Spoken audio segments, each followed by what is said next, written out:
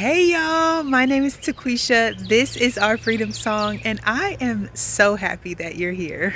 As you can see, the sun is starting to set behind me. It's almost 6 o'clock. It's about 75 degrees out here. I'm in South Carolina in Zone 8B, and this might be the most perfect time to have a garden tour. Now I'm on the back side of the greenhouse. I'm gonna go ahead and take you to what I'm calling the front of the garden, and we're gonna start there for the first garden tour of the spring season. Like, oh my goodness. So let's start with garden gate number 1. So I recently was looking back at some videos and just trying to organize them, put them in playlists for you guys so that you could find what you're looking for. I came across a video of installing this arch right here, and it brought back so many amazing memories, and to be able to see like where this space started and where this space is now is wild.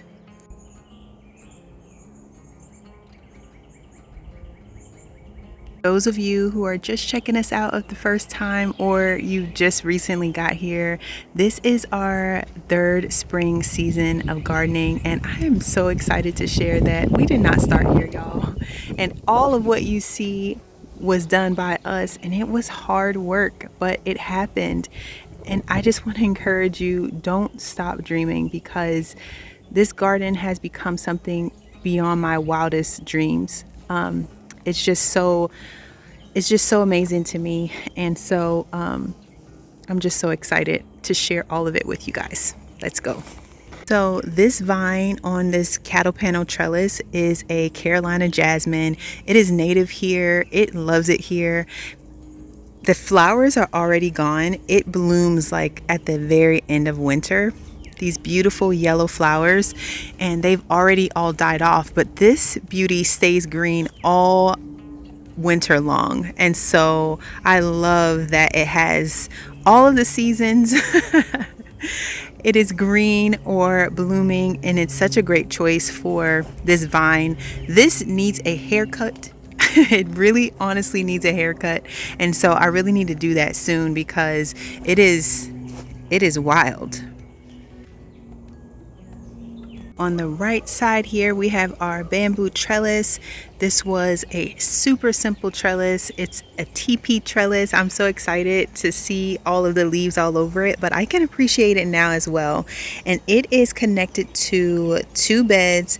On each side is pretty much the same thing, except for the left side does have carrots growing in that bed as well. And so we have lots of marigolds and peppers, as well as some cucumbers. Also planted some pole beans on the corner of the trellis because that is going to be so gorgeous when it is wrapped all around. And I love how fast pole beans grow, so this gives us some really beautiful green foliage pretty quickly. Before I planted this bed out with peppers, it already had carrots in it, and we've harvested so many carrots from this bed, but I did want to turn it into a pepper bed, but I left a lot of carrots, so there's carrots interplanted in this bed because of that. Also some parsnip in here, and here are some of our carrot tops. They are really growing. They're having a growth spurt right now. Really ever since I installed this drip line, everything in this bed has really taken off. And oh my goodness, it's our first pepper in this bed.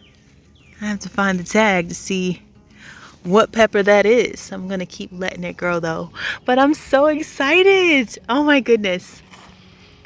All of those months of babying and taking care of little seedlings, to see them grow and then do well and produce fruit, it's like a feeling you cannot even fully express.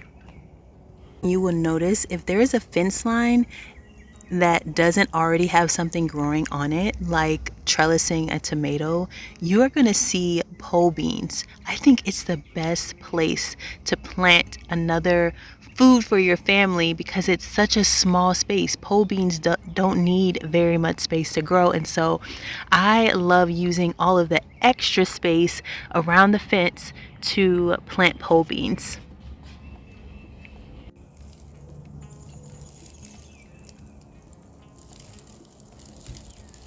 Right behind that area, I have a ton of tomatoes planted here because there's a fence, and so where there's a fence, that means there's a trellis. Currently, I have about 120 tomato plants planted in our garden. I planted this grapevine the first year we started gardening, and we have not received grapes yet, but you know what? I'm thinking this year is definitely going to be the year. Last year, I think one of the most beautiful things growing in our garden was our hot biscuit amaranth. It was absolutely gorgeous. So I am expecting so much from this red amaranth right here. I just know she's going to be absolutely gorgeous. So I decided to put 10 grow bags along the fence and use the fence as trellis. Of these grow bags, I have a mixture of things. In some, I have some sweet peas growing. Others, I have some pole beans, which are outgrowing the sweet peas, even though the sweet peas was planted so much earlier. And then I also have some melons growing in a couple of these grow bags as well. Truly is to have more food than we know what to do with. Like, I want to grow so much food. My goodness, y'all, look at our first tomato. This is the indigo rose, and she is not disappointing already. Like, already showing up for the party. Oh my goodness. Tomatoes in our file cabinet planters are doing so well as well.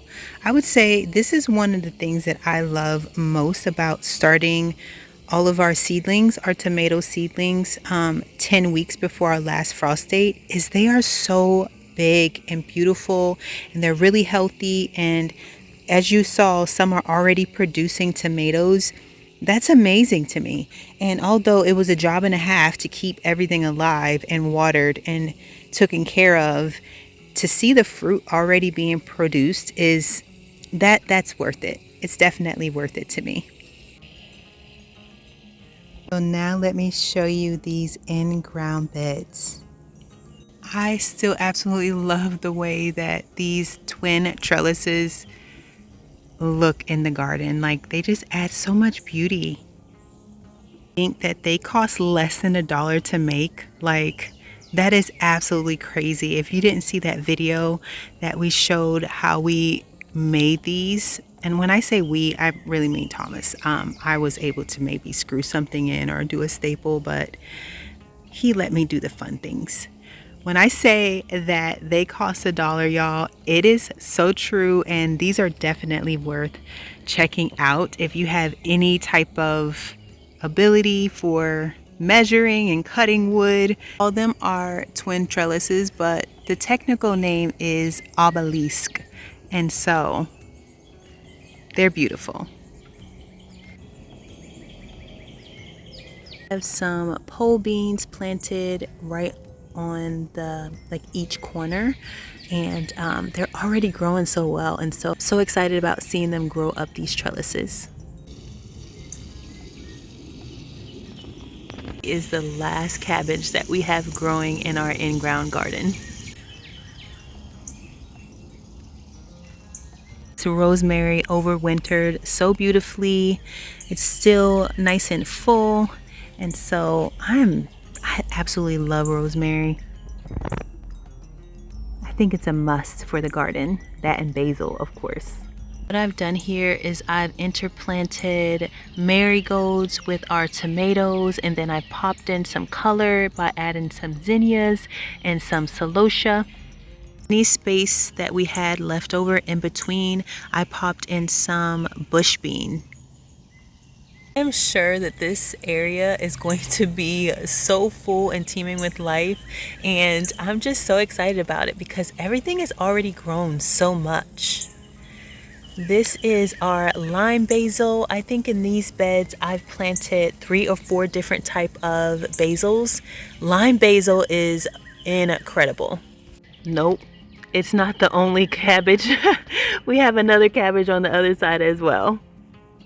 So this is actually the first time that I've ever had a tomato and the stem was this thick.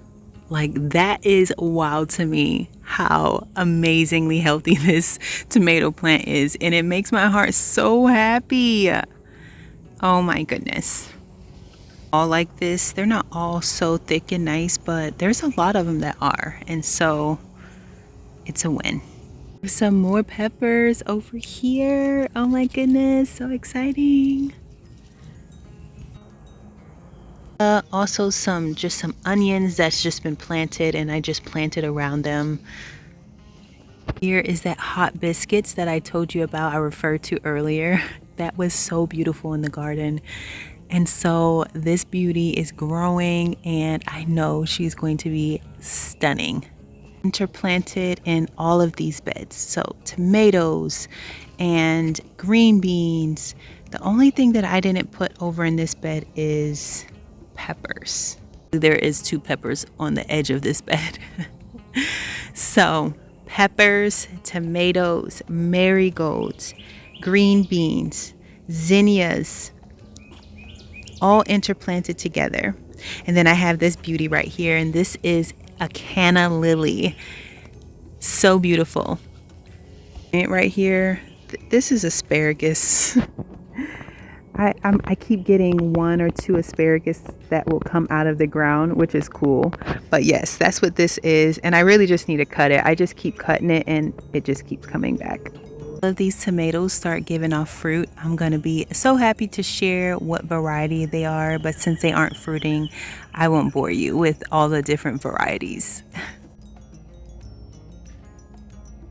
Came out one day and saw this collection of sweet peas growing, not against the fence, but in the middle. And I laughed and I left them there because we'll see what happens, right? Is where we had our sweet peas growing in the fall, and so it makes sense that a pod dropped. I'm just so tickled that 4, like every seed that was in that pod created another sweet pea plant, and so that's just so fun. These are going to be so beautiful. These are cosmos. This is the first place that we've planted them in the garden, and so I think they're going to look so whimsical and fun right in front of these tomatoes. And this is more basil.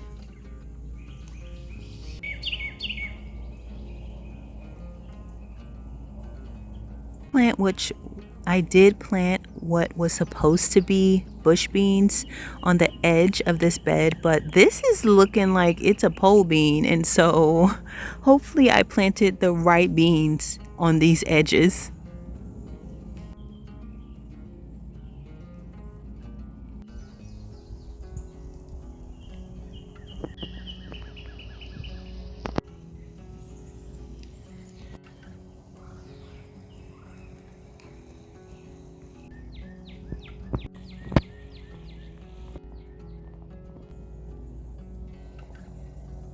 A mixture of things growing in the green stock, from pole beans that I'm hoping will reach the fence, to strawberries, lettuce, to kale. Okay, so let's talk about these grow bags for a minute that we have hanging on the fence. So far, so good. I absolutely love these grow bags. I feel like we were first of all able to use so many more because we attached them to the fence. And then just getting that feel for that vertical planting, it's nothing like it. It's so satisfying to walk in here and to have all of the bags organized up off the ground. It's just a really good feel, and I love the look. I have a mix of things growing in the grow bags. For the most part, we have dwarf tomatoes, and then I have some nasturtiums growing in the grow bag. This grow bag actually has some type of melon or cucumber, and I didn't pull it out. I didn't plant it in there on purpose. It just decided to grow, and I'm just going to see what happens. Just let it grow. All the other ones, we have a ton of dwarf tomatoes. This is my first year planting dwarf tomatoes, and it is already so fun and exciting to see which ones have flowered and started to produce fruit. It's so little. Like I mentioned to you guys, I've recently started to put in our irrigation. I was so intimidated for so long about it. I just had it sitting in the house, but I'm so happy that it is finally working, installed, and so now I'm encouraged to do the other side of the garden as well. And so if you want to see that, if you want me to record it and show like a step by step, definitely let me know down in the comments, because I know I'm not the only one that's irrigation intimidated. It's a very intimidating thought, but I'm so happy to show you guys, because I'm going to go over the other side of our garden as well and do the same thing, because now I'm completely in love. It is a game changer for the garden. Nasturtium right here is called the Alaska Mix, and I just love the variegation on that leaf. Like, it's so beautiful, so beautiful. Right here is called green nasturtium. I can't wait to see that flower. Out the fruit on this tiny Tim dwarf tomato. Like, isn't that just the absolute cutest thing? So planted some calendula next to some of the tomatoes. These nasturtiums right here are called glorious gleams.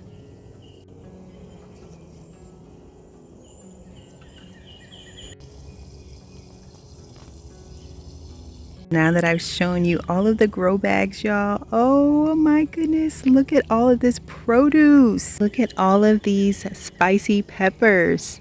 And what I've also done in this bed, around the perimeter of the bed, I planted some bush beans.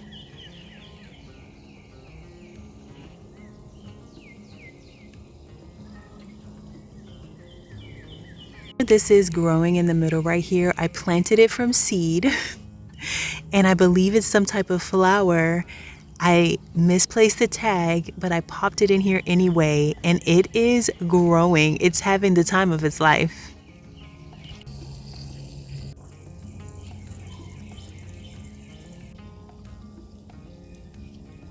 I stuck a yellow patio tomato in the middle of this spicy pepper bed because I didn't have another place to stick it, and it loves it here. It loves it.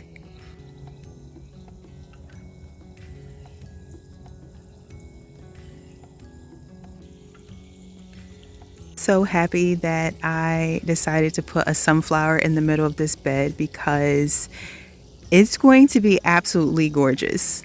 It is. I went back and forth because sunflowers have like a short time, of beauty, and then they just be dried up and looking kind of crazy. And I didn't know if I wanted it to be right in the center of the garden like that, but oh my goodness, the glory is going to outweigh everything else. Like, she is going to be glorious. I already know it. Absolutely loving our epic gardener beds. Like, they are treating our babies so well. Every pepper in this bed is just so happy. So happy.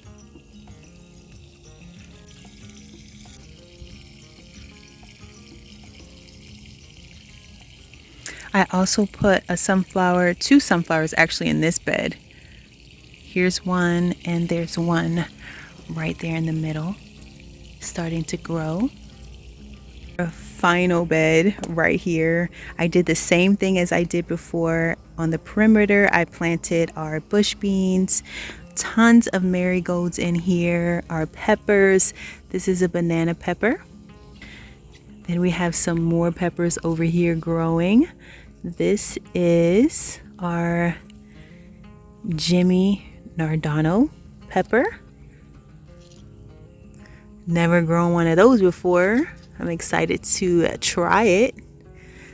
It's a spicy pepper. So this is a banana pepper. And I also interplanted some lettuce in this bed, as well as some cilantro. How gorgeous this sunflower is. It's going to have the best seat in the house with house as her backdrop. So beautiful. Let's see what's growing in these file cabinet planters. This big leaf beauty right here is a trombone Sino, and I wanted to grow it because it looks super cool. Like, it's so big and beautiful. I'm like, oh my goodness, I would love to see that just dangling from our enormous cattle panel trellis. Like, that is going to be so fun. I'm hoping that it will make it and live and do well. I am hoping for the best. Little rusty and a little spotty, and this one is not. I've never grown these before, and so this one is starting to produce a flower, and so I'm hoping that it will grow and be very, very successful. In the front of these I have some peppers, and something is definitely having the time of its life with this one. But we're just gonna leave it because we have so many peppers planted. It's fine.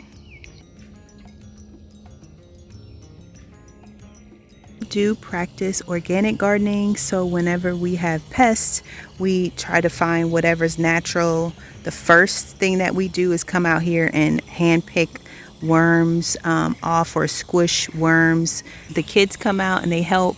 Everybody has a section and they come out and squish the worms, which I really appreciate. Water spraying the aphids off last year. That was what I tried to do with the aphids. They love the beans and they love the grapes. In the back, I have cucumbers planted all in the back because my hope is that these cucumbers will fill up this trellis. Have some marigolds that we planted from seeds in here as well. One of the things that I keep in mind when I'm planting out and trying to figure out where I want everything is beauty. Like, I try to envision what I want it to look like when I see it, and then I fill in those spaces with food and flowers. I feel like for me, just catering to the beauty of the garden just makes everything that much more better. To come out here and actually enjoy what I'm seeing is like such a treat. It makes whenever things get really hard, and they will, especially when it's full-blown summer out here and it's just so hot and all the things, and it's harder to come outside. When you see the beauty, it's going to make it a little bit easier to come out here. Strawberry basket is hanging in there, y'all.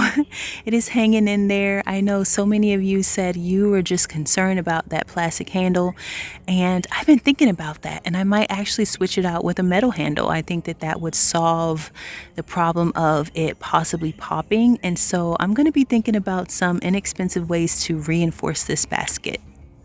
A melon, I don't know what type, but it's a melon growing in this pot right here on the ground, because what I'm hoping is that it will grow. This will be the base, and then it can spill out onto the ground and vine and fruit.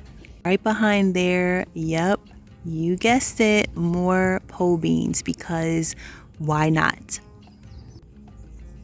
This bed right here is our most recent addition, y'all, and I'm so excited. 14 tomatoes planted in this bed, and it came about because I needed more space to plant tomatoes, of course. It is not on drip yet, and so I'm hoping to get that done in the next day or two. Oh my goodness, y'all, I have to show you how this bed came about. Use the same method as I did with the $5 planter, except I put some decorative board in the front, but I use fencing and weed fabric for this bed. I also used some posts that I found on the side of the road. Somebody was making a fence once again, and they threw out these posts, and I was going to make a shelf for in the greenhouse because I was running out of space, but I decided that I could use these to make another bed in the garden, and so that's what I did.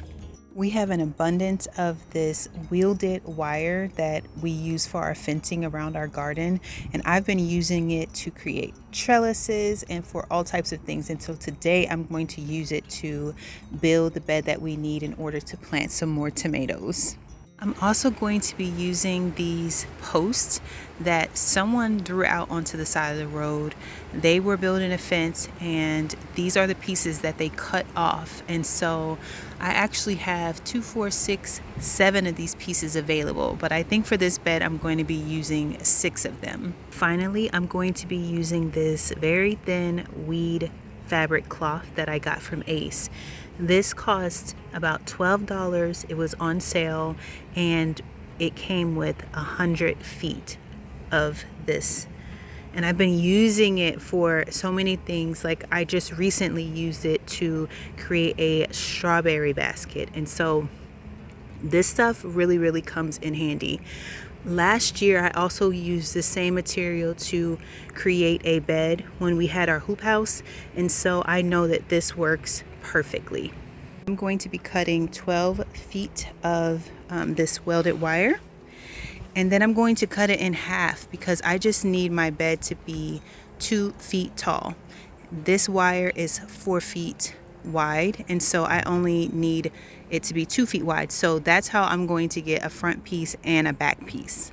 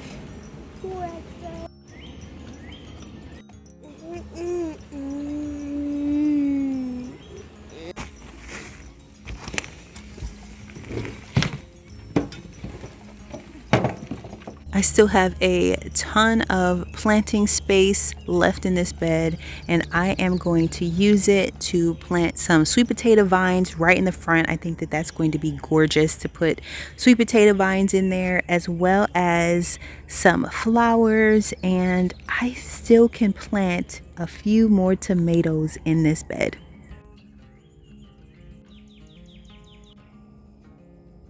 Absolutely loving all the color that these zinnias are giving the front of the greenhouse. Just so stunning.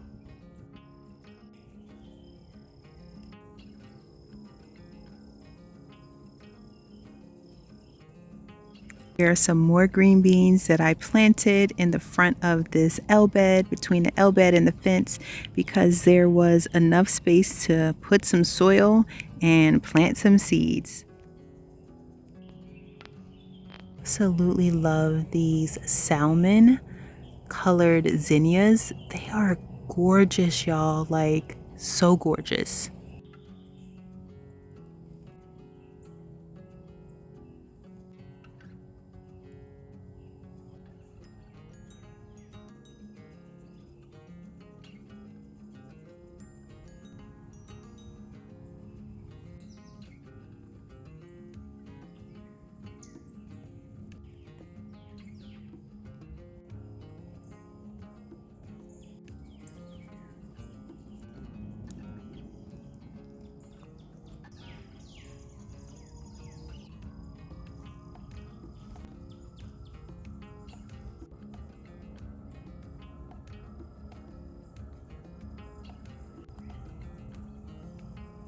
This is a variegated tomato, and I just love the variegated leaves.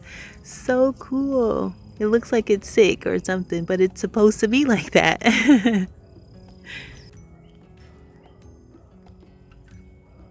Potato plants are so big that they're falling over. I've never experienced this ever. Like, they are so happy. These things are like 3 foot tall, going on 4 foot tall. Like, that is so wild to me.